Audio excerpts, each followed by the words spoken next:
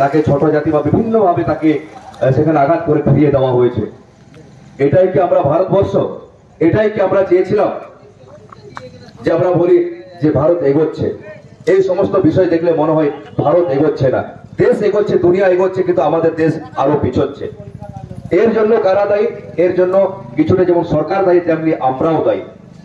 যখন এই কোনো জায়গায় যাচ্ছি, সেখানে আমি কিছুদিন আগে আজকে আমরা এদিকে যখন যাচ্ছিলাম, কিছু বাবারা কাকুরা বলছিলেন কি আর কিছু হবে না, যাকে ভোট দিই না কেন এরকমই চলে আসবে। কেন আসবে প্রশ্নটা আমার এখানে আসছে। এই জন্যই তো, না হলে আমাদের দেশে যেখানে কোনো সরকার নির্বাচিত হলো, সে 50 বছরের জন্য থাকতো, সে 500 বছরের জন্য থাকতো। কতদিনের জন্য থাকে? 5 বছরের জন্য থাকে, যাতে সে যদি কাজ করে তাকে যাতে আবার রাখা হয়, সে যদি কাজ না করলে তাকে যেন পরিবর্তন করা হয়। তাহলে আমরা এত হীনমন্যতায় ভুগছি কেন? আরো সবচেয়ে আমারও কিছু লাগলো, হ্যাঁ আমাদের যেমন কিছু কিছু দোষ ত্রুটি দেখতে হবে, তেমনি সরকারকে আমরা একটা কথা আমরা দেখছি, আমরা বারবার কি বলি যে সীমান্তে আমরা সেখানে পাকিস্তানের কথা, আমাদের কেন্দ্র সরকার বারবার শুধু এই কথাটাই বলেন যে পাকিস্তানে উমুক তুমুক সন্ত্রাসবাদী চালাচ্ছে, কিন্তু আমাদের দেশের মধ্যে যে ভোট সন্ত্রাস হয় তার কথা কে বলবে? আমি আবারও বলছি, আজকেও বলে যাব, এই যে নির্বাচন 5 বছর পর আসবে, 5 বছর পর যাবে, বিভিন্ন পার্টি আসবে, আমরাও এসেছি, এরপর হয়তো বিজেপি আসবে, টিএমসি আসবে, কংগ্রেস আসবে। আপনাদের যাকে পছন্দ হবে ভোট দিন। আমি এসেছি, অবশ্যই আমি চাইবো আমার দলকে আপনি ভোট দিন, আমাকে জিতান, কিন্তু আমাদের জন্য, পার্টির জন্য আপনারা কেউ মারামারি করবেন না দয়া করে। এই কথাটা আপনাদেরকে বলে যাচ্ছি। আমরা পার্টির মানুষ, আজকে আপনাদের কাছে বলে গেলাম, যদি আমি কার্যকারী মানুষ হই, অবশ্যই আপনাদের কাছে পরবর্তীতে আসবো, আপনাদের আমি সুখ দুঃখের কথা শুনতে আসবো, এবং কতটা কাজ হচ্ছে, কতটা কাজ করতে পেরেছি। কিন্তু আপনাদেরকে এখানে থাকতে হবে, আপনারা একসাথে এখানে চা দোকানে আড্ডা মারবেন, আপনারা একসাথে, কেউ অসুস্থ হলে একসাথে যাবেন, কেউ জন্ম নিলে সেখানে অন্নপ্রাশনে যাবেন, কেউ মারা গেলে তাকে একসাথে শ্মশানে যেতে হবে। সেখানে পার্টির মানুষ, বড় বড় নেতারা আপনাদের এখানে আসবে না। সেই জন্য অনুগ্রহ করে দয়া করে বলছি, কেউ কারোর জন্য, পার্টির জন্য মারামারি করবেন না। হ্যাঁ, সেখানে কম্পিটিশন থাকবে, আমাদের একে অপরকে জেতানোর জন্য থাকবে। তাহলে আমি এটাও বলবো, যারা যারা এই যে সন্ত্রাসবাদ করছে, আমরা যখন সেনাবাহিনীতে চাকরি করতাম, বারবার দুঃখ করে আমরা এই কথাটা বলতাম যে আমরা বর্ডারে এত পাহারা দিচ্ছি, দিন রাত পাহারা দিচ্ছি, কিন্তু আমাদের দেশের ভিতরে যারা থাকছে তারা যদি নিজেদের মধ্যে মারামারি করে, তারা যদি এই সন্ত্রাসবাদকে বাহবা দেয়, সেটা কি করে খতম করব? যতদিন না দেশের ভিতরে এই ভোটবাদের নামে যে সন্ত্রাসবাদটা হচ্ছে, যতদিন না এটা খতম হবে, ততদিন আমাদের সঠিক গণতন্ত্র সেখানে প্রতিষ্ঠিত হবে না। তো আমি আবারও অনুরোধ করব, আমাদের জনসাধারণকে, একমাত্র জনসাধারণই পারে এই গণতান্ত্রিক দেশে, কেউ বদমাশি করবে, কেউ সন্ত্রাসবাদ করবে, সেখানে সবাই মিলে তাকে আমাদেরকে বাধা দিতে হবে। তো যেখানে কিছুক্ষণ আগে আমি যেটা বলছিলাম যে মমতা ব্যানার্জি মাননীয় মুখ্যমন্ত্রী মহাশয় কি বলছিলেন যে আমাকে দেখে ভোট দিন। 2021-এ বিপুল ভোটে জয় করেছিলেন। কি দেখলেন? যে এখানে আপনাদের একটা মানুষ যে দীর্ঘদিন একটা রোগ ভোগ করছে, যার হয়তো চিকিৎসা অপারেশন করার জন্য কিছু টাকা দরকার, কিন্তু সেই যত সামান্য টাকাও সেখানে সে টাকাটা জোগাড় করতে পারছে না। কিন্তু সেখানে কিছু শ্রেণীর মানুষ, কিছু কিছু আমি নামও দিচ্ছি না, যেটা সন্দেশখালী বা বিভিন্ন জায়গায়, সে কয়টা বিল্ডিং করবে, কয়টা জাহাজ নেবে, সেটা কম্পিটিশনে আছে। সেখানে আপনি চিন্তায় আছে যে আপনার স্বামী, আপনার ছেলে, আপনার মেয়ে, তাকে আপনি ভালো চিকিৎসা করাবেন, কলকাতায় নিয়ে যাবেন, আর কিছু টাকা জোগাড় করতে পারছেন না। সেটা স্বাস্থ্য সাথীর কথা অনেক কথাই বলা হয়, কিন্তু আপনারা দেখেছেন স্বাস্থ্য সাথী নিয়ে যখন কোনো নার্সিং হোমে গেছেন, সেখানে আপনাদেরকে ফিরিয়ে দিয়েছে বা বলেছে আরো হয়তো 20,000 টাকা লাগবে। কিন্তু যে মানুষ এক বেলা কাজ করতে না গেলে, যেখানে তার দুবেলা মুঠো জোটে না, সেখানে 20,000 টাকা, সেখানে কলকাতায় যাওয়া আসা, সেখানেও একজন রোগী যদি কোনো জায়গায় ভর্তি হয়, সেখানে আরো 2 জনকে থাকতে হবে। সেই জন্য আপনাদেরকে আমি প্রতিশ্রুতি দিচ্ছি, আমরা ইন্ডিয়ান সেকুলার ফ্রন্ট, আমরা জনগণের জন্য লড়াই করছি, আপনাদের জন্য লড়াই করছি। আমরা আগামী দিনে যদি আপনারা যদি আমাদেরকে বিপুল ভোটে জয় করে আমাদেরকে যদি সংসদে পাঠান, আমাদের একটাই দাবি থাকবে, এই স্বাস্থ্য, বিভিন্ন দাবির মধ্যে আমাদের এই স্বাস্থ্য ব্যবস্থার উন্নতি। আমাদের যে ট্যাক্সের টাকা, এত টাকা আমরা জমা দিই, আমাদের যে এতগুলো স্বাস্থ্য কেন্দ্র, যেগুলো আমরা লোকাল ব্লক স্তরে যে স্বাস্থ্য কেন্দ্রগুলো থাকছে, সেখানে কেন চিকিৎসা হবে না? সেখানে বড় বড় ডাক্তারদেরকে আমরা পাস করিয়ে তাদেরকে ট্যাক্সের টাকা আমরা পড়াই, সেখানে ডাক্তাররা থাকে, সেই ডাক্তার যখন হসপিটালে থাকে সে নাকি অপারেশন করতে পারে না, সেই ডাক্তারে দেখবেন বিভিন্ন বড় বড় নার্সিং হোমে সে অপারেশন করে। এই দুর্নীতি মনোভাব কেন? যদি সেই ডাক্তারটা যদি কাজের হতো, তাহলে হসপিটালেও কাজ করবে, তাহলে নার্সিং হোমেও কাজ করতে পারবে। কিন্তু হসপিটালে সে টাকা পায় না বলে সেখানে অপারেশন করবে না, নার্সিং হোমে সেখানে লক্ষ লক্ষ টাকা পায় বলে সেখানে আপনাকে অপারেশন করতে হবে। আমরা এই বিলের জন্য আমরা দাবি তুলবো যে আপনারা প্রাইভেটে করছেন অবশ্যই করুন, কিন্তু আপনাদের যদি সরকার যে গভর্নমেন্ট যে হসপিটালগুলোতে আছে সেখানেও আপনাদেরকে অপারেশন করতে হবে যে যেটার জন্য যাবে, এবং তার জন্য যে যে পরিকাঠামো দরকার, যতগুলো ফান্ডিং হওয়া দরকার, যতগুলো টাকা অ্যালটমেন্ট হওয়া দরকার, যতগুলো ডাক্তারের যেটা ভ্যাকেন্সি থাকছে, যেটা নার্সের জন্য বা যে বিভিন্ন রকম যে প্যারামেডিকেল বিভিন্ন রকম কোর্স থাকছে, সেখানে এক্সরের জন্য, সেখানে বিভিন্ন রকম রক্ত পরীক্ষার জন্য, সেখানে পূর্ণকালীন যদি সবকিছুই থাকে তাহলে অবশ্যই একদিন ভালো হবে। সেটা শুধু হসপিটালের জন্য নয়, আপনারা জানেন একটা হসপিটালে শুধু ডাক্তার এবং নার্স থাকে না, সেখানে গ্রুপ ডি স্টাফ থাকে, সেখানে বিভিন্ন প্যারামেডিক্যাল, সেখানে বিভিন্ন রকম স্টাফ থাকে। আমরা যদি স্বাস্থ্য ব্যবস্থা থেকে উন্নতি করি তাহলে আমাদের গ্রামাঞ্চলের প্রচুর মানুষ সেখানে কর্মসংস্থান হবে, প্লাস চিকিৎসা ব্যবস্থাও ভালো হবে। আমাদের দেশের, আমি আবারও বলছি, এই যে বেহাল রাস্তা, বেহাল স্বাস্থ্য ব্যবস্থা, বেহাল শিক্ষা ব্যবস্থা, এগুলোকে আমাদেরকে শেষ করতে হবে। এগুলো যদি আমরা শেষ না করি আমাদেরকে ভাবতে হবে আমরাই পারবো। এই জন্য আমরা বারবার কি বলি যে সিস্টেম বদলের রাজনীতি করতে এসেছি। আমরা কাউকে শুধু বড় বড় কথা বলতে আসেনি। আমি এখনো বলছি আপনাদেরকে হাতে আমরা টাকা দিতে পারবো না, আপনাদের হাতে আমরা কিছু খাবারও দিতে পারবো না, হয়তো কোনো প্রোগ্রামে আসার জন্য আপনাদের গাড়িও দিতে পারবো না, কিন্তু আপনাদেরকে একটা গ্যারান্টি দিতে পারি, আমরা যদি আসি আপনাদের সবসময় আপনাদের আমরা খোঁজ নিব, হয় আমার মাধ্যমে হোক বা আমাদের প্রতিনিধির মাধ্যমে হোক, যে আপনারা সঠিক শিক্ষা আপনাদের ছেলেপেলে স্কুলে যাচ্ছে তো, আপনাদের যে অসুস্থ আছে সে সঠিক চিকিৎসা পাচ্ছে তো, বা আপনাদের এলাকায় যে আমরা বিভিন্ন জায়গায় প্রধানমন্ত্রী আবাস যোজনা বলি, কোন জায়গায় বাংলার আবাস যোজনা বলি, সেই বাড়ি ঠিক মতন পাচ্ছেন কিনা, যেটা সিরিয়াল ওয়াইজ। আপনারা জানেন সবকিছুর সাথে এখন আধার লিঙ্ক করা হয়েছে। আমরা যদি অনলাইনে সার্ভে করি কে কবে বাড়ি পাবে সবকিছু তাই পাওয়ারই কথা, কিন্তু সেখানে কি হয় যে আমাদের এলাকার বিভিন্ন রকম বড় বড় দাদারা থাকে, সেই দাদারা সেই লিস্টটাকে উপর নিচ করে দেয়। আপনারা যদি শক্ত থাকেন, আপনারা যদি সচেতন থাকেন যে লিস্ট ওয়াইজ যেরকম আছে সেরকমই কাজ হবে, এটুকু বলতে পারি। তো আপনাদেরকে বলবো যে আপনারা বিচার করুন কিভাবে আগামী দিন আমাদের দেশ এগোবে, সেটা আমাদেরই হাতে।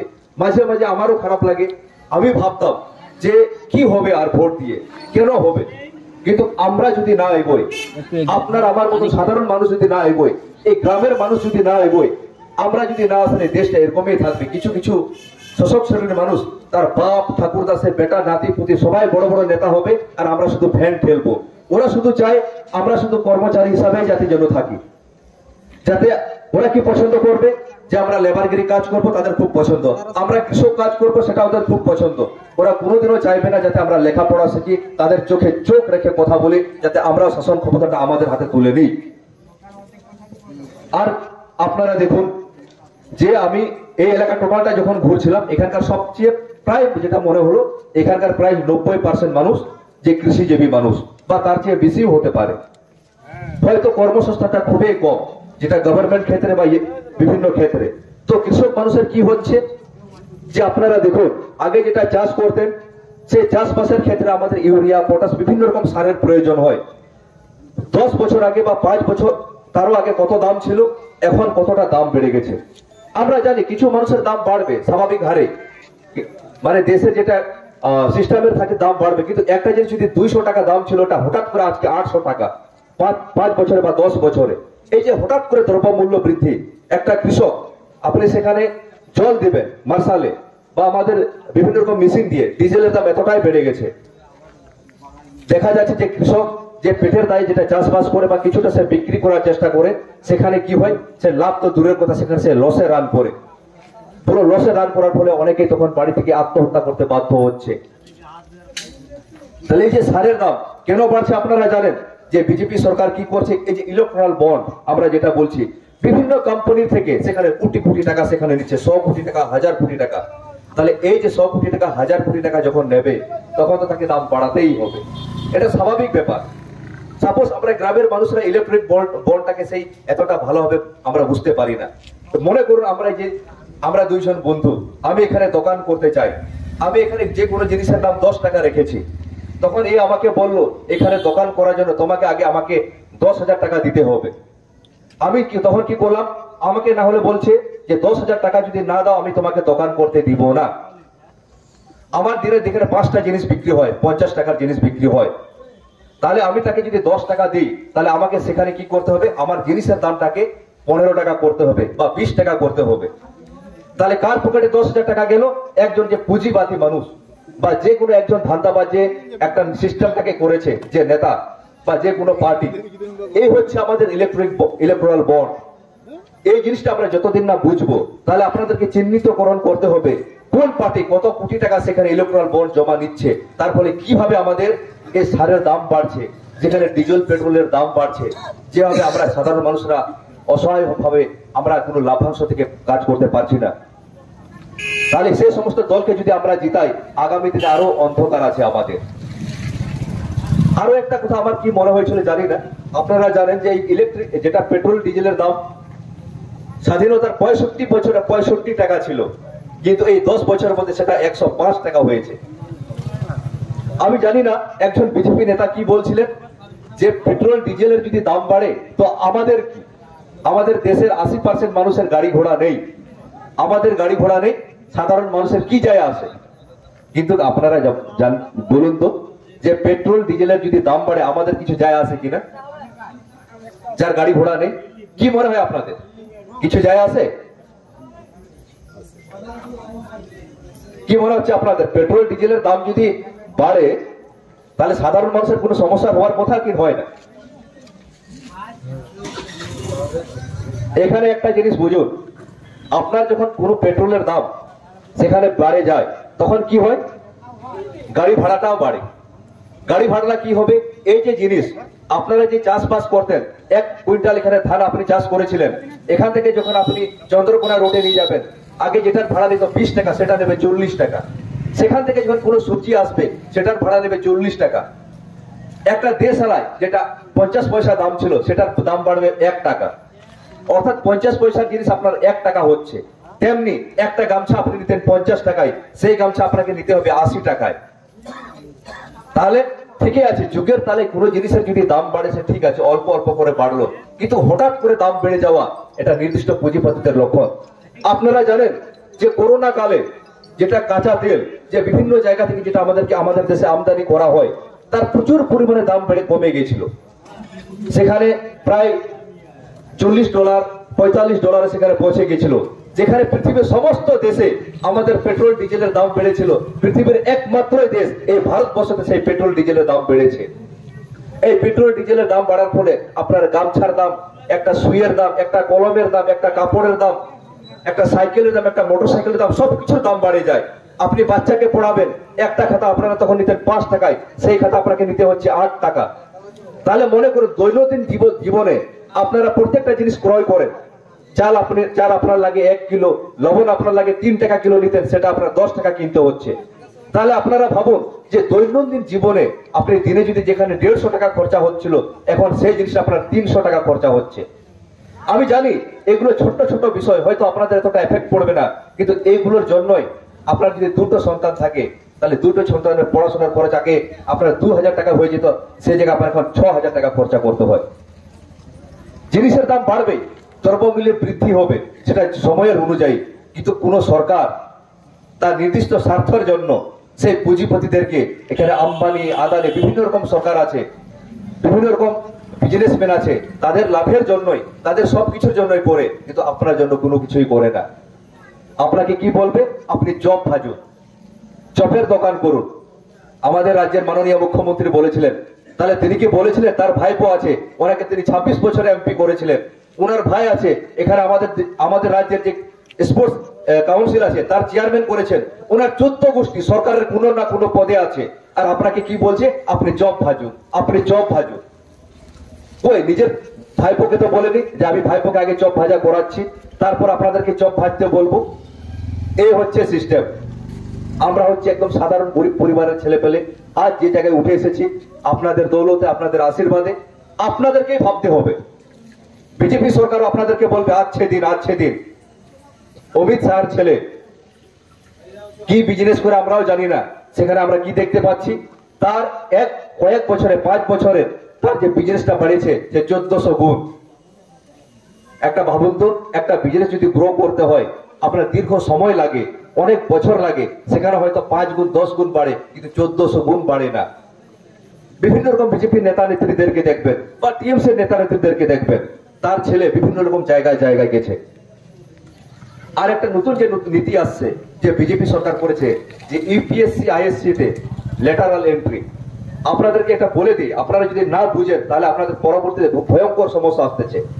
আপনারা জানেন যে পশ্চিমবঙ্গতে সবচেয়ে বড় পরীক্ষা কি হচ্ছে? WBCS, West Bengal civil service, যার মাধ্যমে বিডিও, ডিএসপি, জয়েন্ট বিডিও বা বিভিন্ন রকম অফিসারের লোক হয় নেই। তেমনি ইউপিএসসি এর মাধ্যমে কি হয়? ডিএম, আইপিএস, সেটাতে লোক নেই। সেখানে হঠাৎ করে বিজেপি সরকার আসার পর কি করেছে যে সেখানে নাকি সরাসরি যে কোনো মানুষকে সেখানে নেওয়া যাবে, ইউপিএসসি বা আইপি যে পরীক্ষাটা হচ্ছে সেটা দিতে হবে না, যেটাকে আমরা লেটারাল এন্ট্রি বলছি।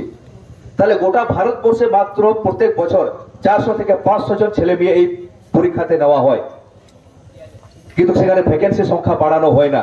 এই লেটারাল এন্ট্রির মাধ্যমে কি হচ্ছে যে তার নেতার ছেলে আছে, সে অমুক মন্ত্রী, তার ছেলেকে ডাইরেক্ট সেখানে আইএস করলো, অমুকের ছেলেকে ডাইরেক্ট আইপিএস করলো, আর আপনার ছেলে 15 বছর ধরে সেই ইউপিএস এর জন্য মুম্বাইয়ে পড়াশোনা করছে, সেখানে রাজস্থানে কোচিং নিতে গেছে, কলকাতায় আপনি 2 বিঘা জমি বিক্রি করে আপনার ছেলেকে সেখানে কোচিং এ পাঠিয়েছেন, সে চাকরি পরীক্ষা দিচ্ছে আর হচ্ছে না, আর তার ছেলে কোনো কিছু পরীক্ষা না দিয়ে সেখানে সরাসরি ডিএম হয়ে গেছে।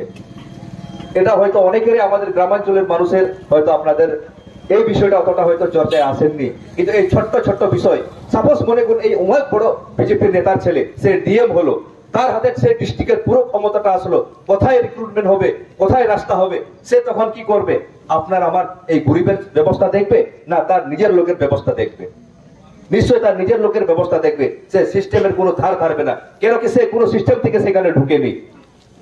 তাহলে এই মাত্র যদি আমাদেরকে বদল করতে হয়, আমাদের সেন্ট্রাল থেকে সেই বিজেপি সরকারকে আমাদেরকে দূর করতে হবে এবং আমাদের রাজ্য থেকে আমাদের টিএমসি সরকারকে দূর করতে হবে।